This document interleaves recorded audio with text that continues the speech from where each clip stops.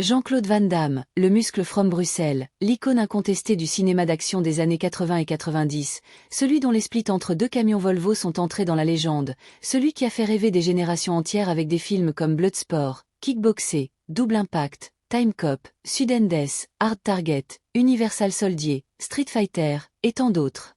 Pour beaucoup d'entre nous, il représente la quintessence du héros invincible, le guerrier ultime des arts martiaux porté à l'écran avec une grâce presque surnaturelle, une souplesse qui défie les lois de la physique, un regard intense capable de faire trembler les méchants les plus coriaces. Mais derrière cette façade de perfection musclée, derrière les coups de pied tournoyants exécutés avec une précision chirurgicale, derrière les scènes de combat chorégraphiées comme des ballets mortels, se cache une vie bien plus complexe, bien plus humaine, marquée par des épreuves qui auraient brisé bien des hommes, des femmes, des familles entières.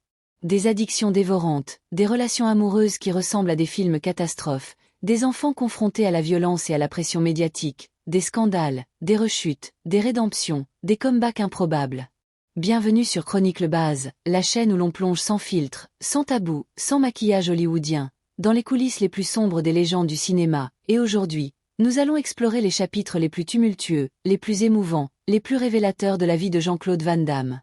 Attachez vos ceintures, prenez un café, un thé, ou même un smoothie protéiné, car ce voyage va être long, intense, émotionnel, et surtout, implacablement honnête.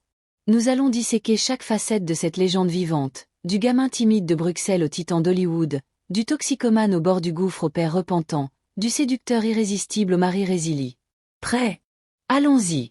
Commençons par le commencement, ou plutôt par ce qui a forgé l'âme de Jean-Claude Van Damme avant même qu'il ne devienne une star. Né Jean-Claude Camille François Van Warenberg le 18 octobre 1960 à Berchem-Sainte-Agathe, une commune modeste de Bruxelles, en Belgique, le jeune Jean-Claude n'a pas eu une enfance dorée.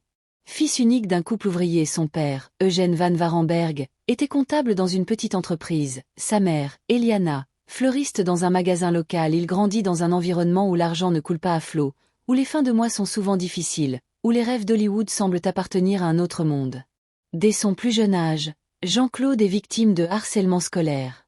Maigre comme un clou, timide, portant des lunettes épaisses à monture noire, parlant avec un léger bégaiement, il est la cible parfaite pour les brutes de son quartier et de son école.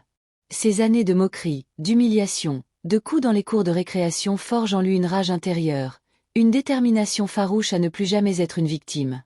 Il se souvient encore aujourd'hui, dans des interviews poignantes, de ces moments où il rentrait chez lui en pleurs, le cartable déchiré, les genoux écorchés, jurant en silence qu'un jour, il serait assez fort pour que plus personne ne le touche.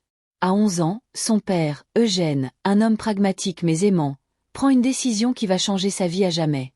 Il l'inscrit à un cours de karaté Shotokan dans un dojo local dirigé par un maître japonais strict mais juste. Ce n'est pas un choix anodin. Pour Eugène, c'est une façon de donner à son fils les outils pour se défendre, pour canaliser sa colère, pour transformer sa faiblesse en force. Et c'est là que tout bascule. Jean-Claude se jette corps et âme dans les arts martiaux. Le dojo devient son refuge, son sanctuaire, son deuxième foyer. Il s'entraîne avec une discipline presque monacale, passant des heures après l'école à perfectionner ses katas, ses coups de pied bas, ses blocages, sa souplesse. Il apprend la respiration, la concentration, le respect du sensei. À 12 ans, il participe à son premier tournoi local et remporte une médaille de bronze. À 14 ans, il est déjà ceinture noire. À 16 ans, il remporte son premier championnat d'Europe de karaté semi-contact à Paris, face à des adversaires plus âgés, plus expérimentés. À 18 ans, il est champion de Belgique de kickboxing en poids moyen. Son palmarès est impressionnant pour un si jeune âge, 18 combats professionnels, 18 victoires, dont 13 par KO ou TKO, souvent dès le premier round. Il n'est plus le gamin frêle qu'on moquait dans la cour. Il est devenu une machine, un athlète d'exception. Un prodige des arts martiaux avec un corps sculpté comme une statue grecque et une confiance en lui qui rayonne. Mais Jean-Claude rêve plus grand. Les dojos belges, les tournois européens, ce n'est pas assez. Il veut Hollywood. Il veut les projecteurs, les caméras, les foules en délire. En 1982, à seulement 22 ans, il quitte la Belgique avec 3 000 $ en poche, l'équivalent de ses économies de livreur de pizza et de videur de discothèque, et un billet aller simple pour Los Angeles. Il ne parle presque pas anglais, n'a aucun contact dans l'industrie du cinéma, aucun agent, aucun plan B. Il atterrit à LAX avec un sac à dos, un rêve fou, et une conviction inébranlable, il sera une star. Les premières années à Los Angeles sont un véritable calvaire. Il dort dans des motels miteux à $20 la nuit, parfois dans sa voiture, une vieille Ford rouillée. Il enchaîne les petits boulots pour survivre, chauffeur de limousine pour des célébrités mineures, videur dans des clubs de Sunset Boulevard, livreur de pizza chez Domino's, professeur de karaté dans des gymnases de quartier. Il continue à s'entraîner tous les jours, à 5 heures du matin, dans des parcs publics ou des salles louées à l'heure. Il change son nom en Jean-Claude Van Damme pour sonner plus américain, plus marketable, plus facile à prononcer pour les casting directors. Il frappe à toutes les portes, agences, studios, producteurs. Il passe des centaines d'auditions, souvent rejetées pour son accent belge trop marqué, pour son look trop européen, pour son manque d'expérience devant la caméra. Il essuie des refus cinglants, des portes qui se ferment, des rires dans son dos. Mais il ne lâche pas. Le tournant arrive en 1986. Un jour, par hasard, il croise la route de Menahem Golan et Yoram Globus, les patrons de Canon Film, une boîte spécialisée dans les films d'action à petit budget, les fameux B-movies, qui cartonnent en vidéo. Van Damme, audacieux, les aborde dans la rue devant leur bureau.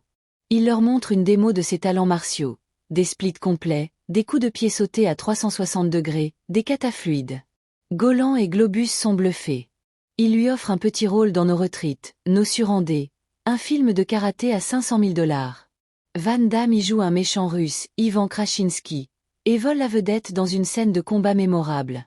Mais c'est avec Bloodsport en 1988 que tout explose. Le film, inspiré de la prétendue vie de Frank Dux, un combattant controversé dont nous reparlerons, met en scène Van Damme dans le rôle de Frank Dux, un soldat américain participant à un tournoi secret d'arts martiaux à Hong Kong, le Kumite. Le film coûte $1,5 million, tourne en décor réel à Hong Kong, et devient un succès surprise en vidéo. Il rapporte plus de $50 millions dans le monde. Jean-Claude Van Damme devient une star du jour au lendemain. Les fans adorent ses splits, ses coups de pied haut, son charisme magnétique. Il enchaîne avec Kickboxer en 1989, où il joue Kurt Sloan, un Américain vengeant son frère paralysé par un champion thaïlandais impitoyable. Le film est un carton, et Van Damme devient le roi du vidéoclub. Mais la gloire a un prix. Et pour Van Damme, ce prix va être exorbitant, à la hauteur de ses excès.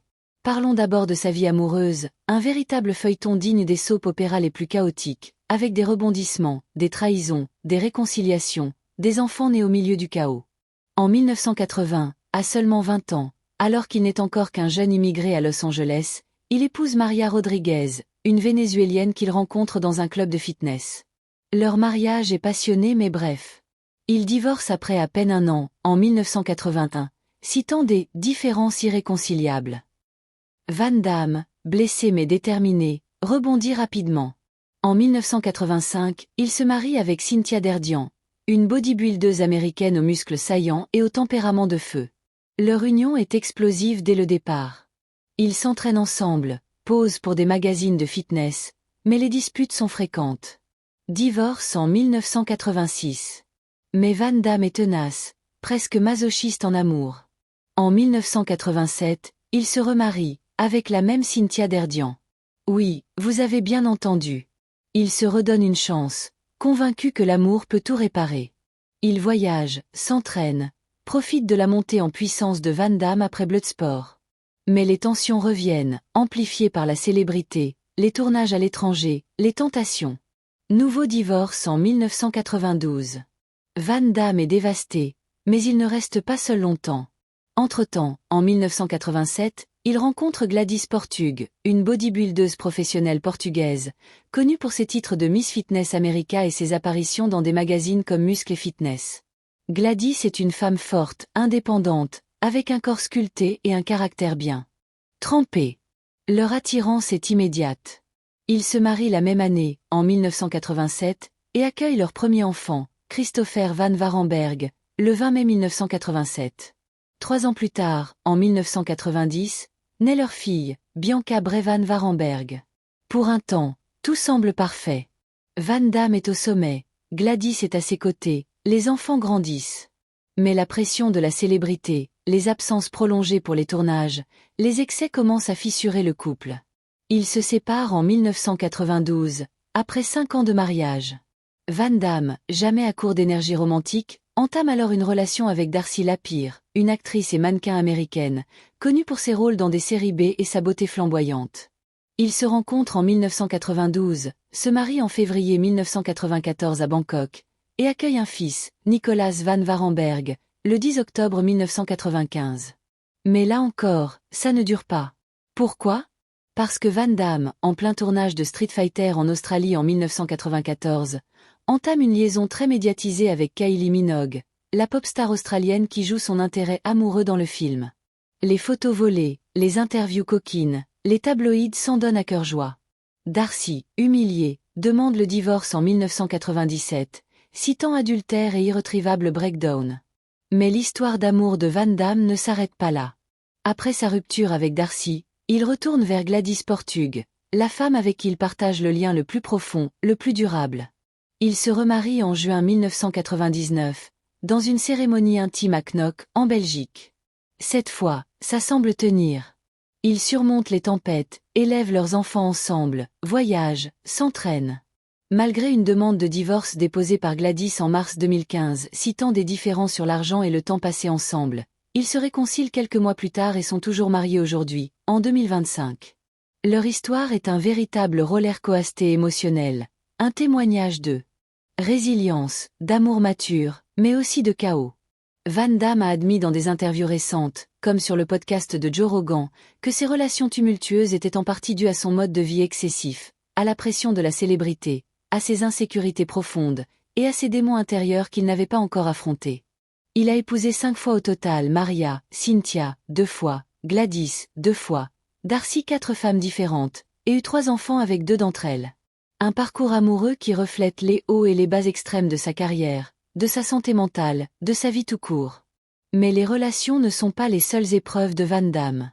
Sa famille, ses enfants, ont eux aussi été entraînés dans la tourmente, confrontés à la violence, à la drogue, à la pression médiatique dès leur plus jeune âge. Commençons par son fils aîné, Christopher van Warenberg, né le 20 mai 1987 de son union avec Gladys Portug. Christopher, souvent appelé Chris par ses proches, a grandi dans l'ombre écrasante de son père. Dès son enfance, il est exposé aux caméras, aux plateaux de tournage, aux fans qui crient le nom de JCVD. Comme beaucoup d'enfants de stars, il navigue entre l'admiration pour le légendaire muscle from Bruxelles et la pression immense de porter un nom aussi lourd, aussi chargé d'attentes.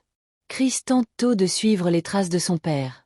Il apparaît dans plusieurs de ses films, Universal Soldier en 1992, où il joue un enfant dans une scène flashback, The Quest en 1996, où il a un petit rôle, et même Soldier en 2010. Il s'entraîne aux arts martiaux, développe un physique athlétique, mais il n'a pas la même passion, la même discipline que son père.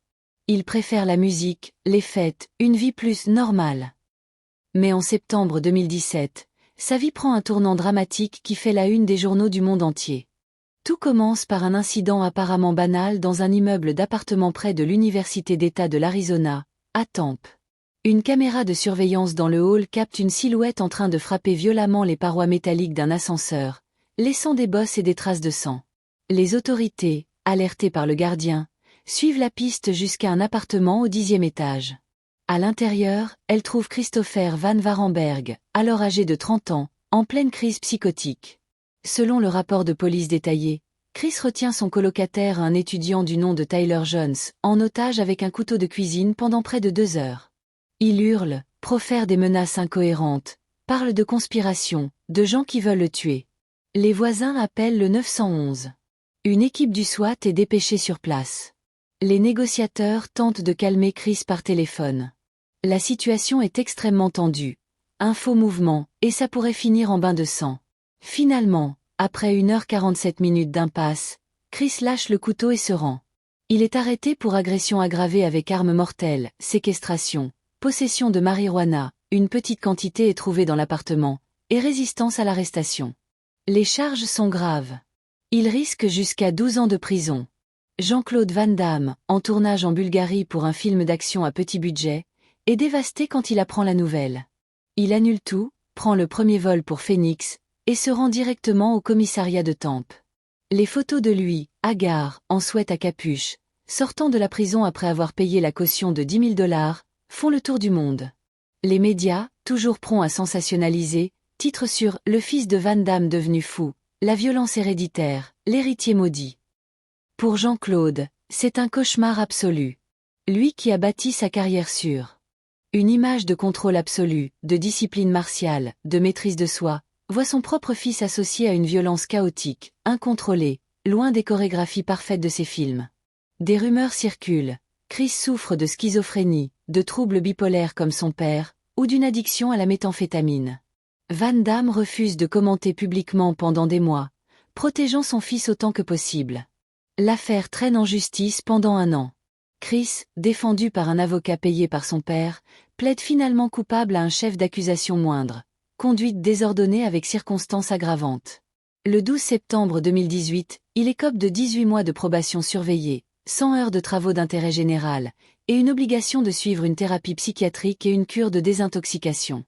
L'affaire est close légalement, mais les cicatrices psychologiques restent. Chris disparaît des radars médiatiques, vit reclus en Arizona, loin des projecteurs. Van Damme, dans une interview à Variety en 2019, déclare « Mon fils a traversé l'enfer, comme moi à une époque. Mais il est fort. Il va s'en sortir. La famille, c'est tout ce qui compte. » Cet incident a été un électrochoc pour Van Damme, le forçant à se rapprocher de ses enfants, à passer plus de temps avec eux, à réfléchir à l'impact de sa propre vie tumultueuse, de ses absences, de ses excès sur leur développement. Passons maintenant à Bianca Van Varenberg, la fille cadette de Van Damme et Gladys Portug, née le 17 octobre 1990 à Los Angeles. Bianca est une figure fascinante, une femme qui a su se forger une identité propre, puissante, tout en portant le poids écrasant du nom Van Damme. Dès son plus jeune âge, sa mère, bodybuildeuse accomplie et ancienne Miss Barbado, insiste pour qu'elle pratique les arts martiaux. À 7 ans, Bianca n'est pas enthousiaste du tout. Elle préfère le ballet classique, avec ses tutus roses et ses pointes délicates, le patinage artistique sur glace, où elle excelle dans les figures libres, rêvant de Jeux olympiques. Elle trouve le karaté trop brutal, pas féminin. Mais une blessure grave au genou lors d'une compétition de patinage, à 12 ans, la force a changé de voie. Gladys l'inscrit à un cours de kickboxing pour renforcer ses muscles et sa réhabilitation. Contre toute attente, Bianca tombe amoureuse du sport. Elle découvre la puissance, l'adrénaline, la stratégie des combats. À 14 ans, elle remporte son premier tournoi junior en Muay Thai. À 16 ans, elle est championne de Californie en kickboxing amateur. Elle s'entraîne 6 jours par semaine, parfois avec son père quand il est en ville, développant une technique impressionnante. Des low kicks foudroyants, des elbows précis, une garde impénétrable. Bianca fait ses débuts au cinéma en 2008, à 18 ans, dans The Shepherd, Border Patrol, un film d'action direct ou DVD avec son père dans le rôle principal. Elle y joue une jeune agente des frontières, et vole la vedette dans une scène de combat contre des trafiquants. Elle enchaîne ensuite avec une série impressionnante de collaborations. Assassination Game en 2011, où elle est une tueuse à gages, Cibulet en 2012, une mercenaire, Welcome to the Jungle en 2013, une aventurière, Pound of Flesh en 2015, une infirmière badass, et 3 autres projets mineurs. Au total, 7 films avec JCVD. Mais Bianca refuse catégoriquement d'être réduite à « la fille de Van Damme ». Pendant ses premières années dans l'industrie, elle utilise exclusivement le nom Van Varenberg, son nom de naissance, pour se démarquer, pour prouver qu'elle peut réussir par elle-même, sans le piston paternel. Elle passe des auditions anonymes, accepte des rôles secondaires, endure les remarques sexistes des producteurs. « T'es jolie, mais peux-tu vraiment te battre ?» ou « Fais voir un split comme ton père ». Elle répond par des performances irréprochables, des cascades exécutées sans doublure, des combats chorégraphiés avec une grâce féroce. Ce n'est qu'en 2012, après le succès critique d'Assassination Game, qu'elle adopte officiellement le nom Bianca Van Damme, un symbole de réconciliation avec son héritage, mais aussi de confiance absolue en ses propres mérites. Bianca est une artiste martiale exceptionnelle, capable de rivaliser avec les meilleurs combattants masculins. Elle mesure 1m70, pèse 58 kg de muscles secs, et peut enchaîner des séries de 50 coups de pied au sang transpiré. Elle incarne une féminité puissante, brisant tous les stéréotypes avec des déclarations devenues virales. Je veux montrer aux petites filles et aux petits garçons que vous pouvez être physique et féminine en même temps.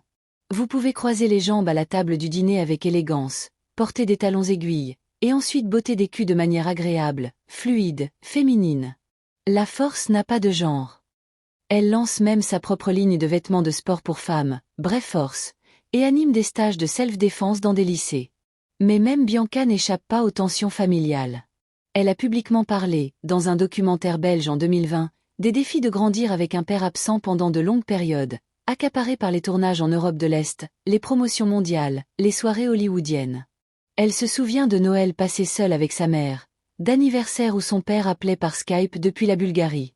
Elle a aussi dû faire face à des comparaisons constantes avec JCVD, t'es moins souple que lui, ton coup de pied est moins haut, t'as pas son charisme.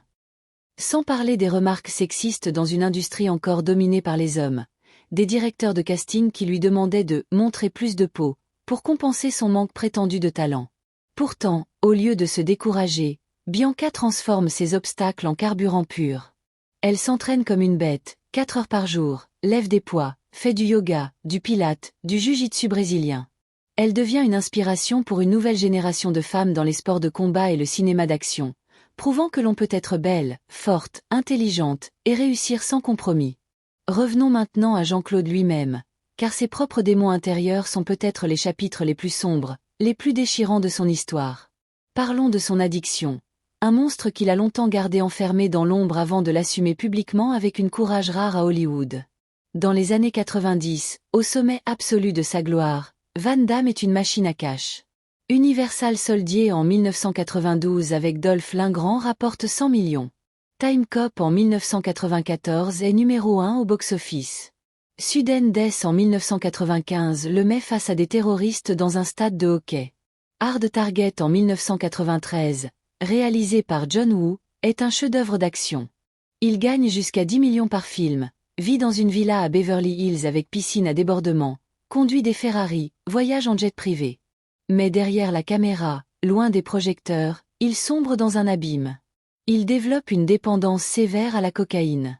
À son apogée, entre 1995 et 1998, il consomme jusqu'à 10 grammes par jour, oui, 10 grammes, l'équivalent d'une petite montagne de poudre blanche dépensant environ 10 000 $ par semaine, soit plus de 500 000 $ par an.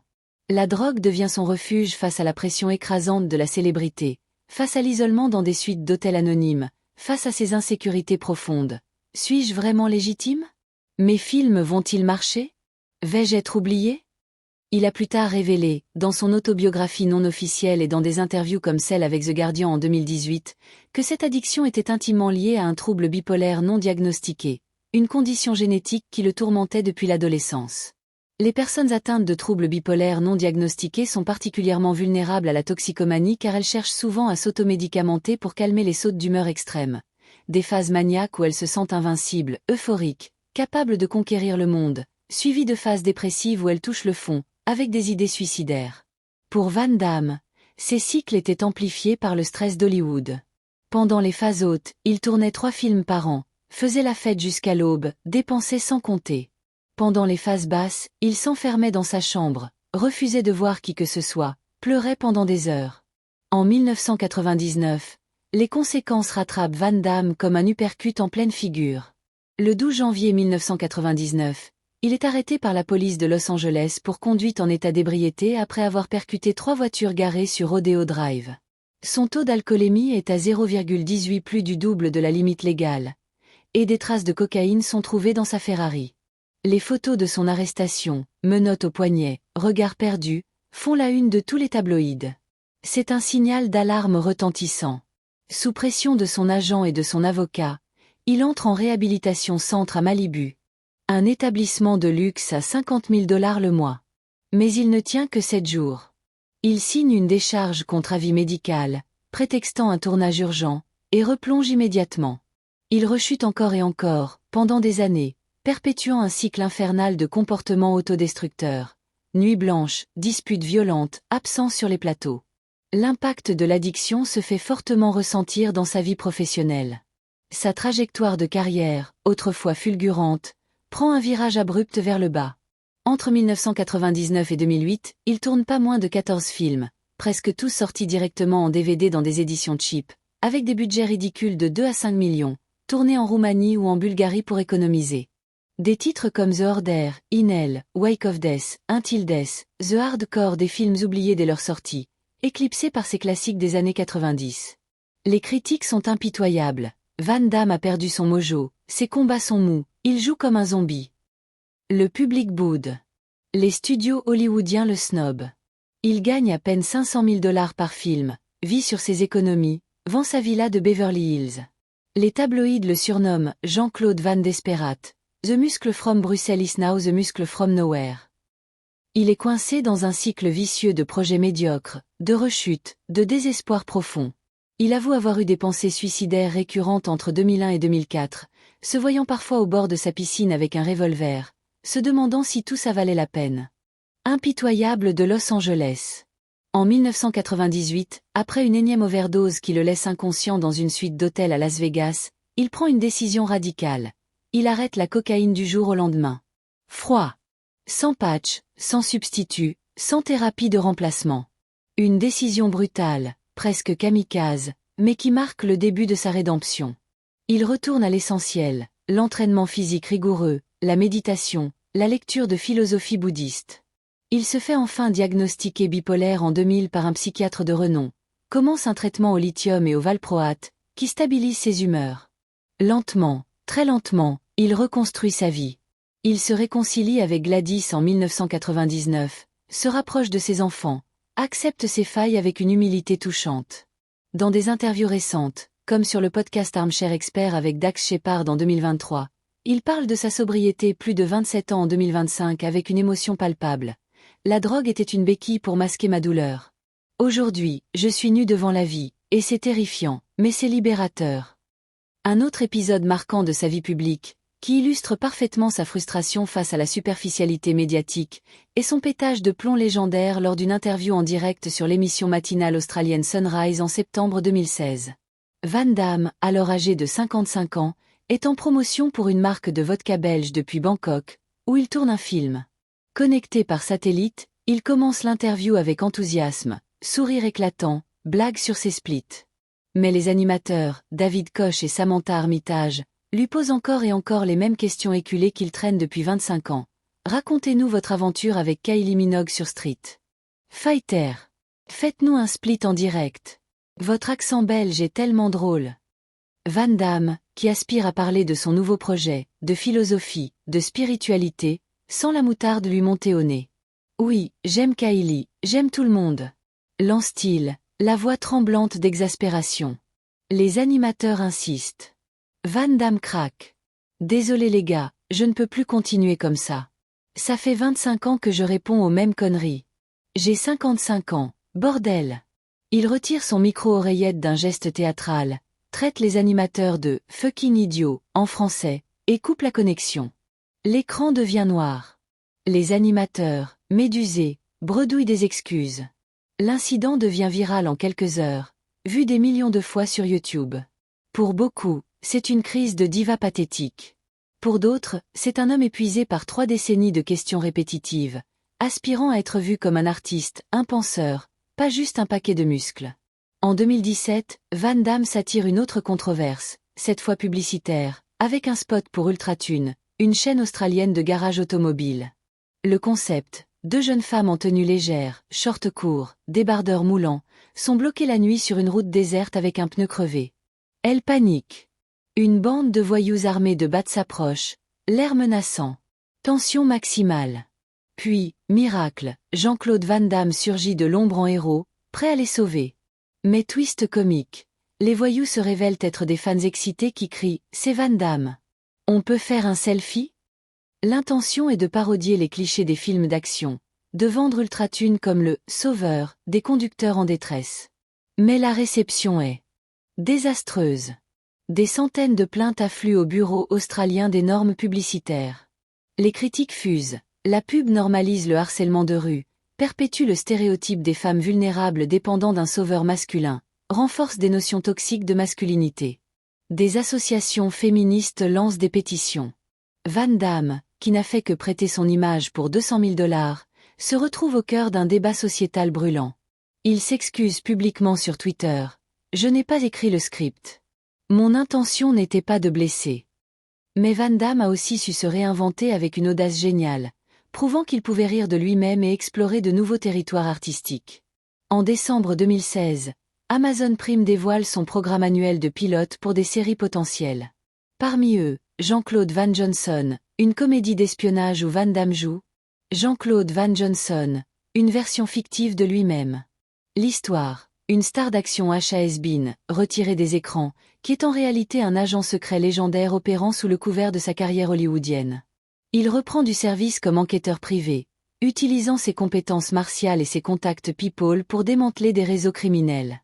La série est hilarante, bourrée de méta-humour, de clins d'œil à ses films passés. Van Damme y montre un talent comique insoupçonné, jouant sur son image de muscles surdimensionnés avec une autodérision jubilatoire.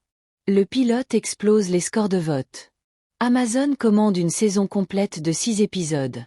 La série sort en décembre 2017, acclamée par la critique pour son originalité. Mais le rêve tourne court. En janvier 2018, Amazon annule la série après une seule saison, citant des audiences insuffisantes. Van Damme est dévasté, mais le projet reste une preuve éclatante de sa versatilité.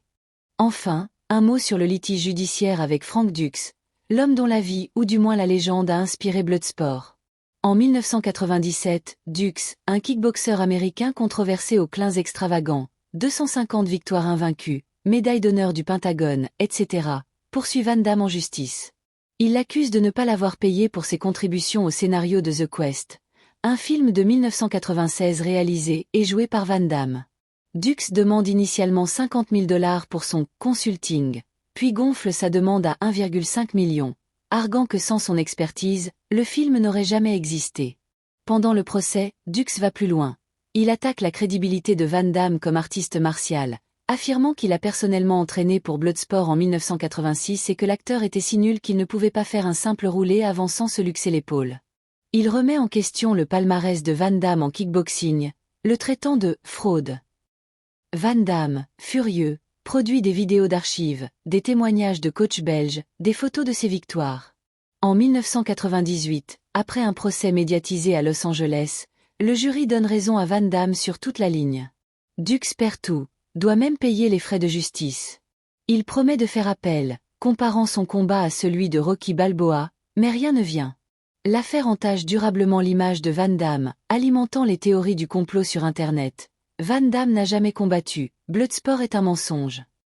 Van Damme, philosophe, répond dans une interview en 2000, que les gens croient ce qu'ils veulent. Moi, je sais ce que j'ai vécu dans les dojos. Jean-Claude Van Damme, à 65 ans en 2025, est un paradoxe vivant. Un homme qui a incarné la force absolue, la discipline martiale, l'invincibilité à l'écran, mais qui a lutté contre des démons bien réels, addiction, troubles mentaux, relations chaotiques, échecs professionnels, scandales familiaux. Pourtant, il reste une icône mondiale. Il continue de tourner, son dernier film, Darkness of Man, est sorti en 2024, de s'entraîner tous les jours à 5 heures du matin, de parler de ses combats avec une honnêteté brutale dans des podcasts et des documentaires. Il est sobre depuis 27 ans, marié à Gladys depuis 1999, proche de Chris, Bianca et Nicolas. Il a transformé ses épreuves en leçons universelles, prouvant que même les héros les plus musclés tombent, saignent, pleurent, mais que les vrais guerriers se relèvent encore et encore. Que pensez-vous de ce parcours extraordinaire? Jean-Claude Van Damme est-il un survivant ultime, un génie incompris, un père imparfait mais aimant, ou simplement l'humain le plus résilient d'Hollywood? Laissez vos commentaires détaillés ci-dessous, likez cette vidéo si elle vous a touché, partagez-la avec vos amis fans d'action, abonnez-vous à Chronique le Baz et activez la cloche pour ne rien manquer de nos plongées immersives dans les vies des légendes. À bientôt!